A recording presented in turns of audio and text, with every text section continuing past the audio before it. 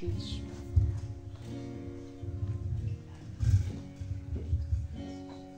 Merci, Jésus. Gloire au Seigneur. Prenez avec moi Apocalypse 12. Apocalypse 12, verset 11. Est-ce que vous m'entendez bien, ceux qui sont en ligne? D'accord. Apocalypse chapitre 12, le verset 11, nous dit ceci. On peut même commencer à lire à partir du verset 10. Alors j'entendis dans le ciel une voix forte qui disait « Maintenant est arrivé le salut, ainsi que la puissance et le règne de notre Dieu et l'autorité de son Christ. Car il a été précipité, l'accusateur de nos frères, celui qui les accusait devant notre Dieu jour et nuit. » Apocalypse 12, verset 11. Apocalypse 12, verset 11. C'est notre premier texte de ce soir, Apocalypse 12. Plutôt, j'ai commencé à partir du verset 10. Excusez. Ouais. Le verset 11, du coup, nous dit « Ils l'ont vaincu ». Le « il », c'est, si vous lisez le contexte, c'est l'ensemble, en tout cas, des témoins. Qu'on peut dire des chrétiens. Je ne sais pas si vous connaissez ce passage. C'est le texte connu de Jean qui parle de la vision de la femme avec le dragon et l'enfant. Ce qui est drôle, c'est que le monde a beaucoup repris, enfin je dis le monde, en tout cas, ceux qui ne sont pas forcément croyants ont beaucoup repris en tout cas les images, les vérités de l'Apocalypse et des temps de la fin.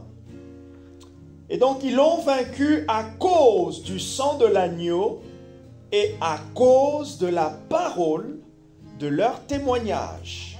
Et ils n'ont pas aimé leur vie jusqu'à craindre la mort.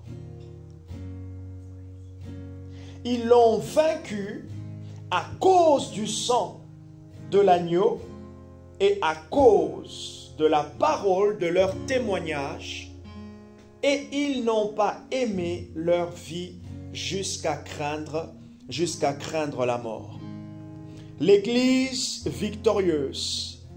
Je vous invite, je vous encourage à écrire, à réécouter et à toujours avoir un petit carnet de notes, même qu'on peut appeler carnet de prière, mon cahier de prière ou tout ce que vous voulez, parce que ça va toujours nous servir. Et même, de fois, vous pouvez vous poser la question si vraiment j'évolue. Vous pouvez vous poser la question si vraiment j'obtiens des choses de la part de Dieu. Alors, franchement, faites ce test, essayez. Pendant que vous êtes en train de prier, notez, si vous notez, notez les idées, notez les passages bibliques, les versets, les thèmes, tout ce que vous voulez, les recherches, ainsi de suite. Revenez-y 1 mois, 2 mois, 3 mois après, 6 mois après, vous allez constater que votre moment de prière était inspiré.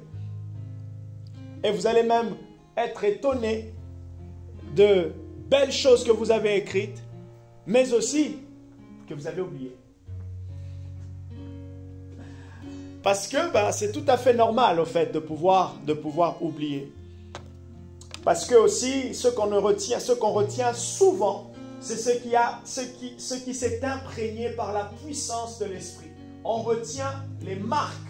Quelqu'un qui vous a blessé, vous allez le retenir. Quelqu'un qui vous a fait du bien, vous allez retenir.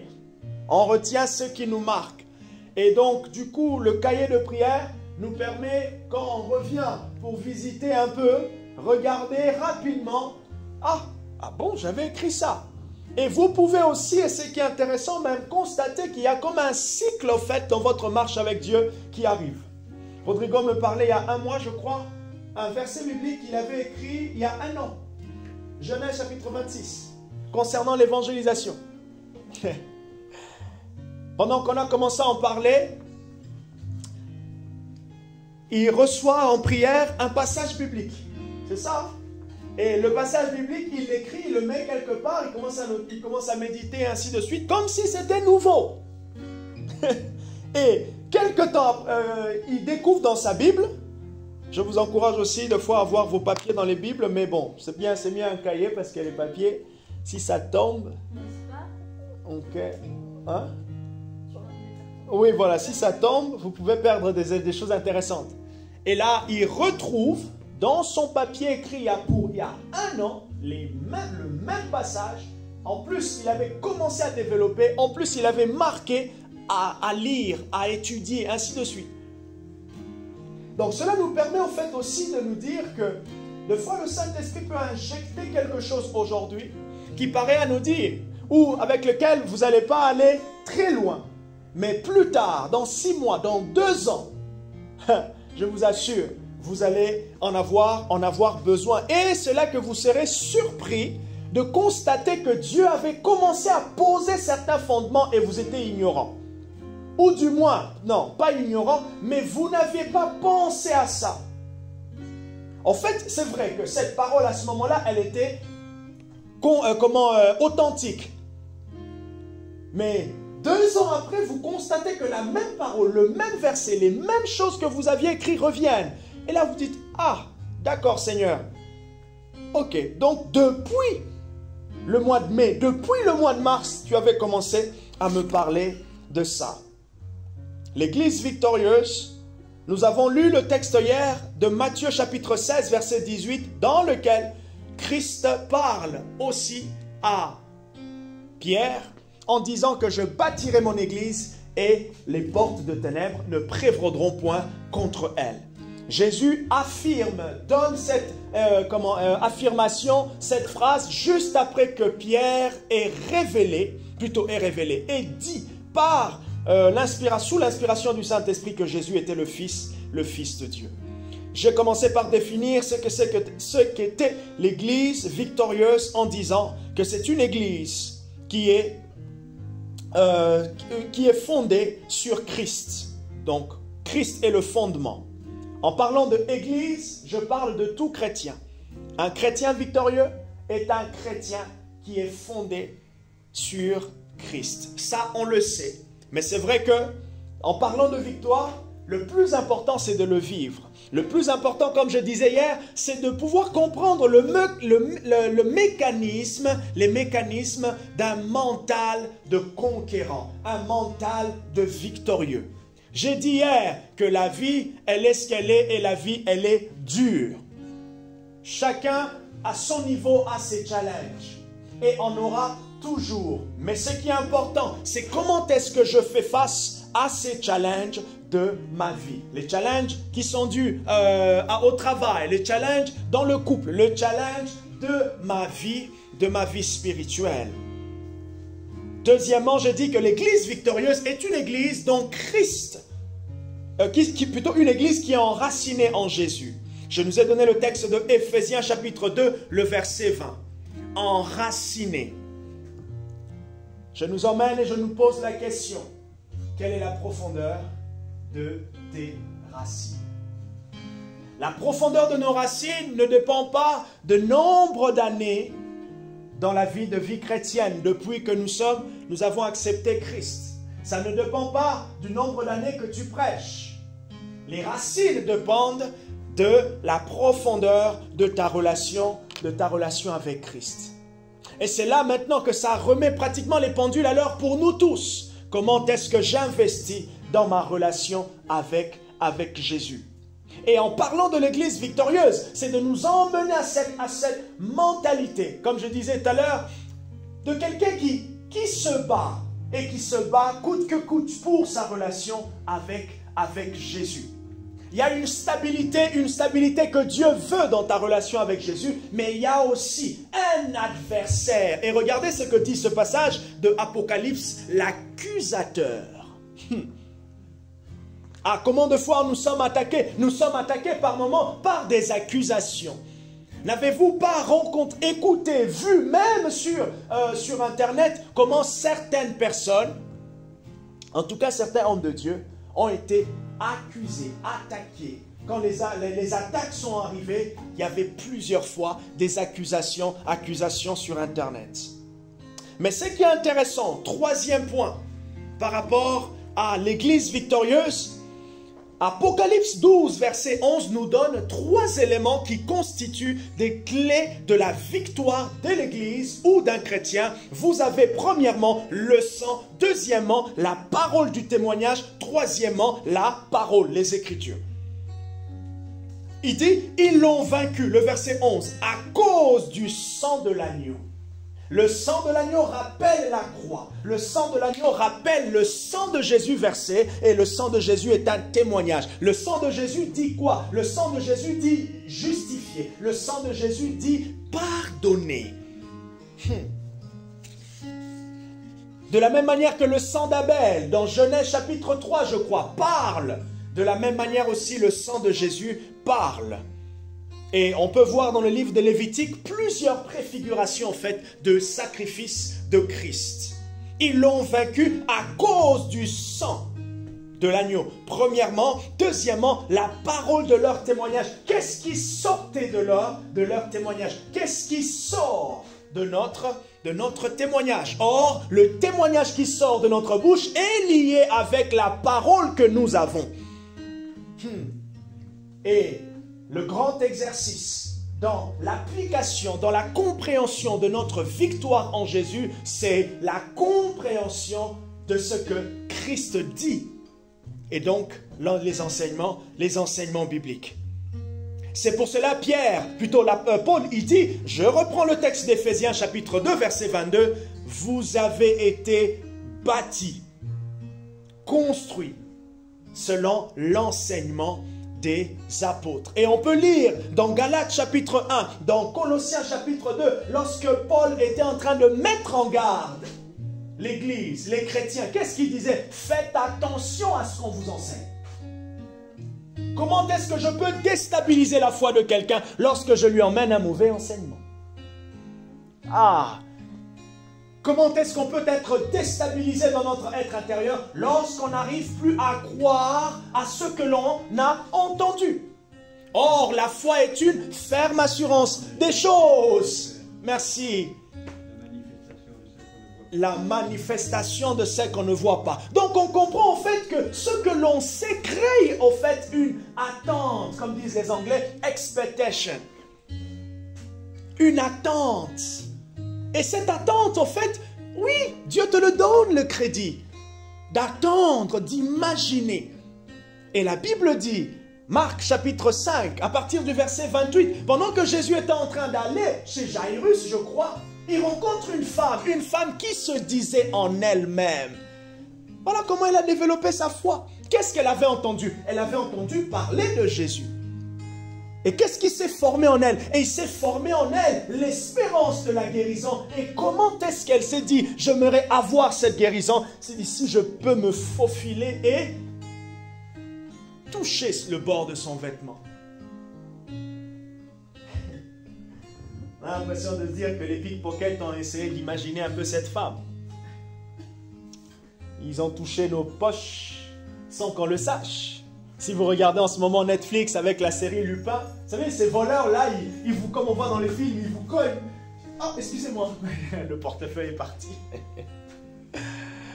Mais cette femme, elle est venue par la foi piquer dans le portefeuille de Jésus. Mais elle avait le droit. Pourquoi? Parce que la foi lui a donné ce droit.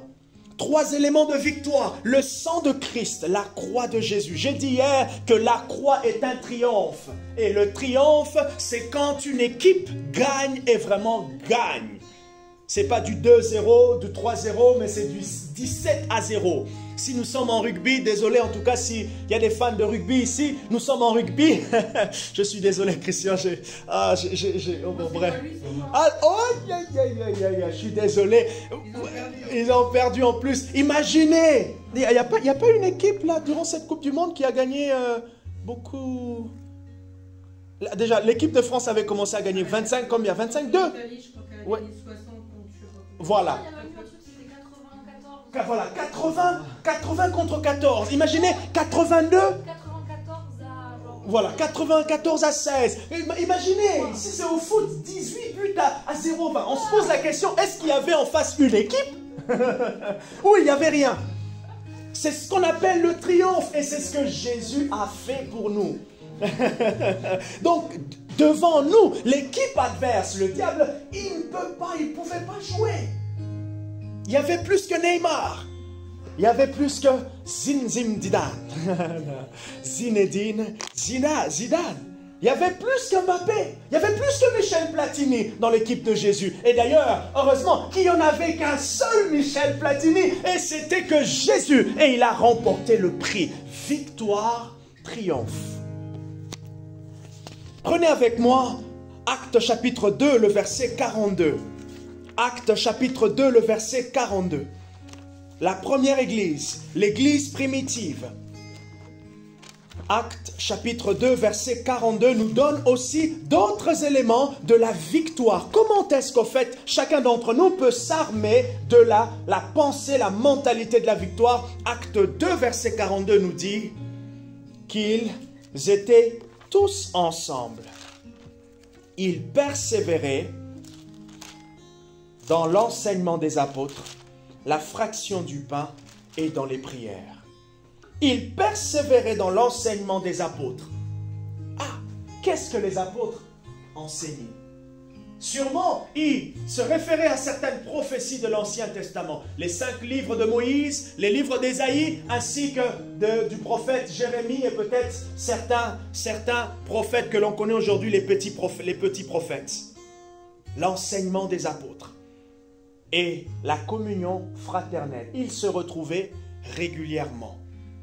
Ils se voyaient régulièrement. On ne sait pas en tout cas le système. Nous aujourd'hui c'est 1 fois par semaine, 2 fois par semaine, 3 fois. Bref, comme aujourd'hui il y a aussi les églises de maison. Bref, ils avaient un contact les uns avec les autres.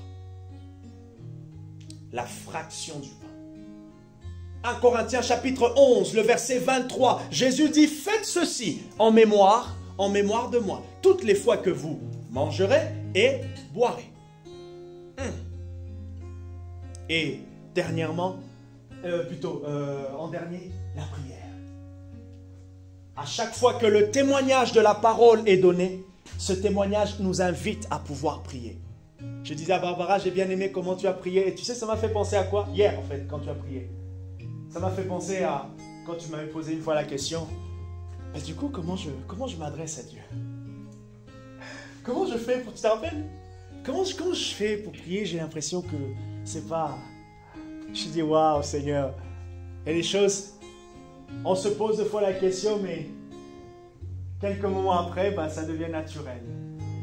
Ça devient naturel. Et on a la confiance, on a l'assurance que celui à qui on s'adresse, il est vraiment celui qui... Il est vraiment là.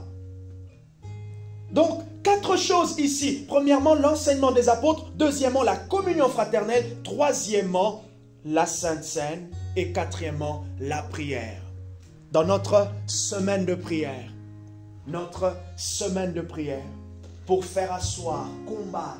Quand vous lisez au fait dans l'Ancien Testament, par exemple, 1 Chronique, je crois, le chapitre 20, vous lisez l'histoire où le peuple était en train de chanter, louer autour de Jéricho. Une image de la prière. Comment est-ce que tu combats? Tu combats avec la prière et la parole de Dieu, oui. C'est pour Acte chapitre 2, verset 42. C'est pour...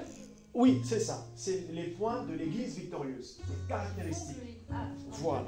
Les points qui font que l'église soit victorieuse. Dans Actes chapitre 2, verset 42, c'est l'enseignement des apôtres, la communion fraternelle, la fraction du pain et la prière. Et pendant que nous lisons dans Actes chapitre 16, à partir du verset 25, Paul et Silas, il est dit quoi? Ils chantaient des louanges et priaient. Si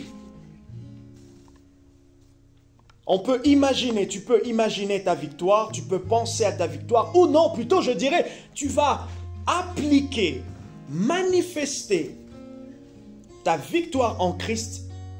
Laisse-moi laissez-moi vous rassurer que ça sera sûrement par la voie de l'un des 4 éléments cités, et puis des 3 éléments cités aussi dans Apocalypse 12.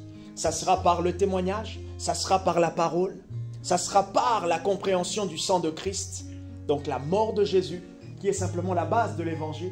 Ça sera par la prière, ça sera par la communion fraternelle, la discussion, le fait de se retrouver avec d'autres. Pendant que tu étais en train de prier peut-être, et que tu pensais, et que tu te disais, tu te posais 1001 questions. Ces 1001 questions, Dieu te voyait et se dit, t'inquiète pas, je vais te répondre. Pendant que tu dis, allez, aujourd'hui c'est mercredi, aujourd'hui c'est samedi, aujourd'hui c'est dimanche, je vais à l'église. Et là, Alessandra reçoit une parole pour te réconforter, une parole pour toi. Oui, ça c'est Dieu. Pendant que tu dors, la discussion que tu as eue avec quelqu'un, paf, dans le rêve, Dieu te parle. Ça, c'est des réponses à la prière. Quelques vérités aussi que j'ai données sur l'Église victorieuse. J'ai dit hier que le statut légal de tout chrétien est qu'il est victorieux. Notre statut légal devant Dieu. Donc tu ne peux même pas te poser la question et dire, est-ce que je suis dans la victoire ou pas? Non, non, non, non, non. Tu es dans la victoire de manière légale. Mais maintenant, cette victoire est appelée à être manifestée. Et ce qui est important, c'est de comprendre le système maintenant qui engage la manifestation, qui fait que tu imposes. Le diable est vaincu, c'est vrai. Mais il ne se laissera pas comme ça. Il ne nous laissera pas manifester notre victoire juste comme ça avec simplicité. Non, non, non, non, non, non.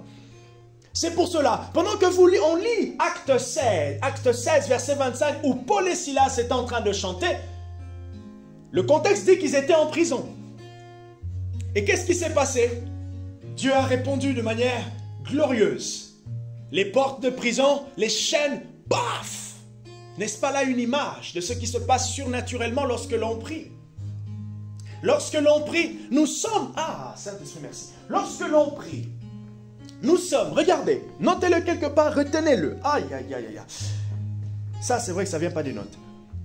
Lorsque l'on prie, la première réalité, nous sommes en relation, en communion avec Dieu, en discussion avec Dieu. La deuxième réalité, le diable fait tout pour que tu sois déconcentré ou il te combat pendant que tu es en train de prier. Il fait tout pour que la connexion ne soit pas correcte. Deux vérités qui marchent ensemble.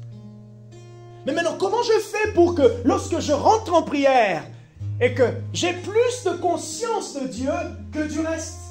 Eh bien, c'est un combat. C'est une réalité. Je m'accroche à quoi? Je m'accroche à la vérité. Un orateur disait, pendant que tu es en train de prier, il a dit, je rentre en prière et je sais que quand je suis en train de prier, j'ai toutes les pensées de la journée, les pensées, oui, tu as prévu 1 heure, ok, n'oublie pas ceci, n'oublie pas ça. Toutes ces pensées, il a dit, je sais que la prière n'a pas encore commencé. Pourquoi je sais que la prière n'a pas encore commencé? Parce que je ne sens pas mon cœur monter, être en connexion. Et plusieurs d'entre nous, le concernant, on remarque souvent, à ce moment-là, on se dit, mais je ne sens pas la présence de Dieu. Mais en réalité, ça veut dire quoi? Sentir la présence de Dieu. C'est aussi cet accompagnement du Saint-Esprit qui nous emmène à être concentrés envers le Seigneur. Et Jésus dit dans Matthieu chapitre 6, lorsque tu pries, rentre dans ta chambre. Le lieu où tu rencontres Dieu. Ce n'est pas, bien sûr, il donnait une image, un lieu physique, mais que l'on peut voir aussi un lieu spirituel. Là où on est un peu plus concentré. Là où les pensées sont soumises à l'autorité de Christ. Et donc, dans ce statut légal, est amené à pouvoir, à partir de cela, manifester maintenant l'autorité. Manifester cette vie victorieuse par rapport aux défis, par rapport aux challenges. Notez ceci, que lorsqu'on parle de la puissance, il faut y voir la victoire sur l'ennemi. comme nous dit le texte d'Apocalypse, chapitre 12, ils l'ont vaincu. Et le diable sait qu'il est vaincu, mais il ne nous laissera pas appliquer cette victoire comme ça. Plutôt Colossiens chapitre 2, versets 14 à 15. Paul, il dit aussi, en parlant à l'église de Colosse, que Christ a dépouillé les principautés et les a livrés en spectacle. Imaginez quand l'équipe de France, à l'ère de Zidane, à l'époque de Zidane ou à l'époque de maintenant avec Mbappé, lorsqu'ils sont en forme, le festival, comme hier avec une petite équipe, l'Écosse, 4 buts. 4 buts à 1. Et là, quand il y a des festivals comme ça, même les défenseurs marquent. Même les défenseurs marquent. Même ceux on ne pensait même pas, vous savez. Quand l'équipe adverse est dure, on sait qu'on peut compter sur Mbappé, Giroud, ainsi de suite, Griezmann. Mais quand l'équipe adverse est à un petit niveau, ah ben même ceux qui jouent au centre, ben ils peuvent marquer, quoi. Même le gardien, s'il a un peu plus de chance, il va marquer.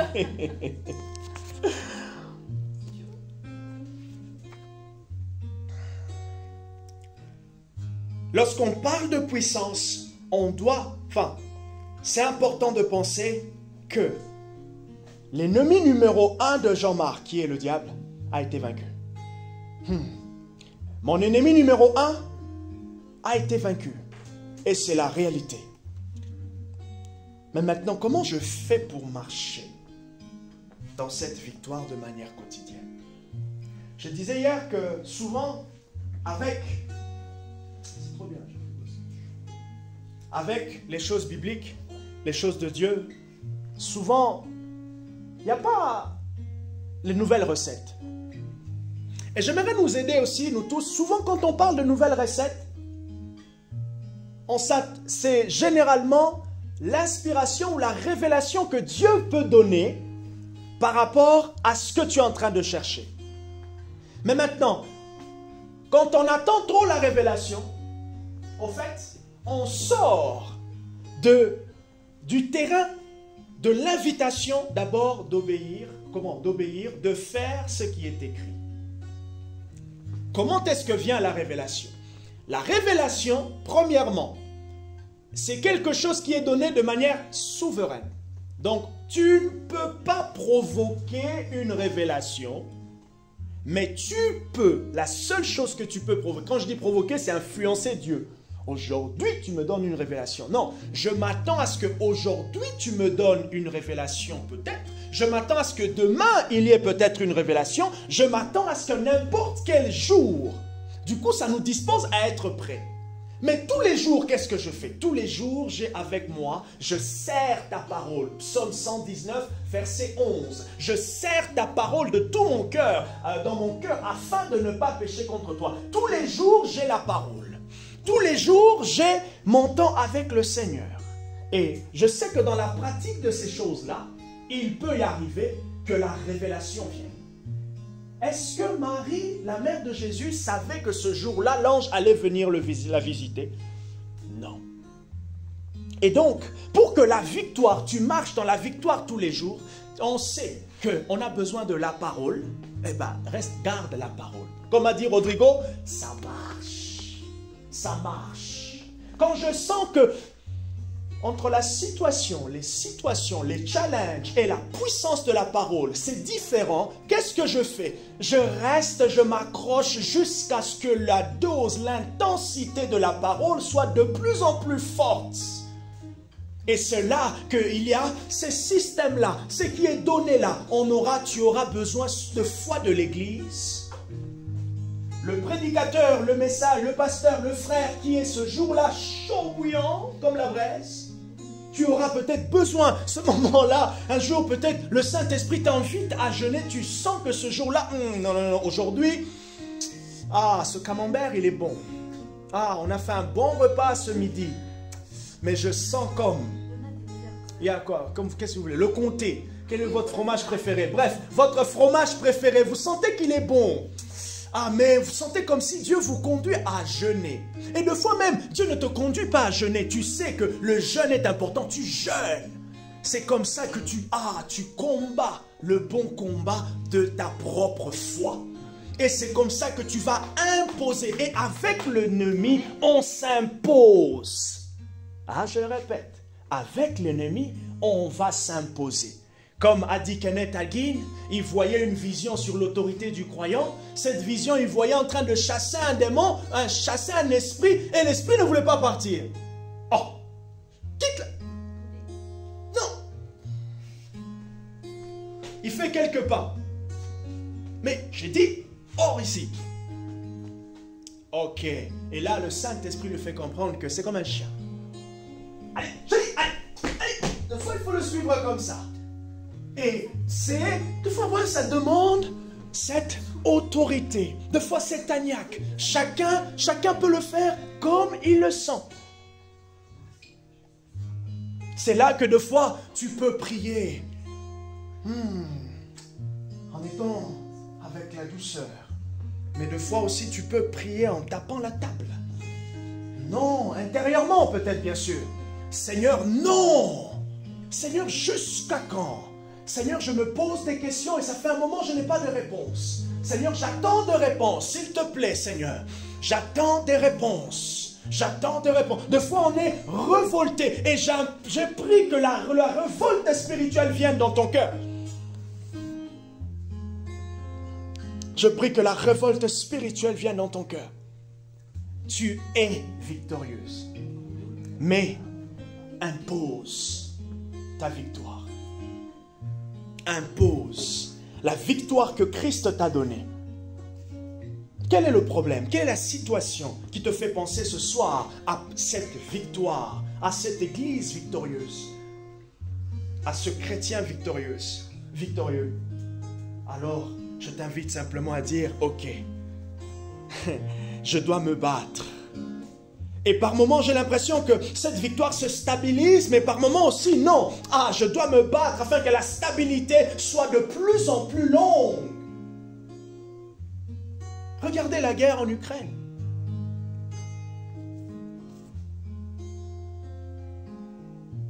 Oui, je termine. Regardez la guerre en Ukraine. La Russie se bat pour assurer sa domination. Et l'Ukraine se bat pour renverser la domination. Je prends simplement une image, je ne dis pas pour qui je suis, heureusement, mais juste pour dire les camps adverses, les deux camps adverses. Que ce soit la Russie, c'est injuste, la Russie, c'est injuste, bref, je ne suis pas dans ce débat-là. Mais les deux camps adverses travaillent pour imposer. Or, nous, Christ a déjà imposé. Il te dit, premièrement, tu le reçois par la foi. Oui, ok, tu y crois? D'accord. Mais pourquoi tu ne le vois pas? Ah, je l'ai vu par moment. Ok, si tu l'as déjà vu par moment, c'est que tu peux encore la revoir encore. Tu peux encore la revoir encore. Est-ce que tu peux te lever dans ton cœur et dire, Seigneur, ma victoire, elle est assurée et j'aimerais y marcher.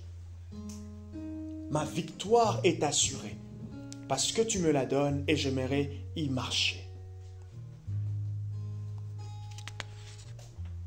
Sûrement, vous allez me poser la question, mais comment je fais du coup pour vivre cette victoire?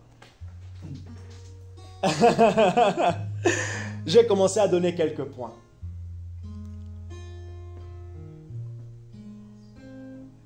Ton lieu secret. Ton lieu secret. Le coach, le chef de l'armée de l'Éternel, Jésus. Tiens-le, va le voir, va encore le voir, et va encore le revoir, va encore le revoir. Est-ce qu'on peut remercier le Seigneur?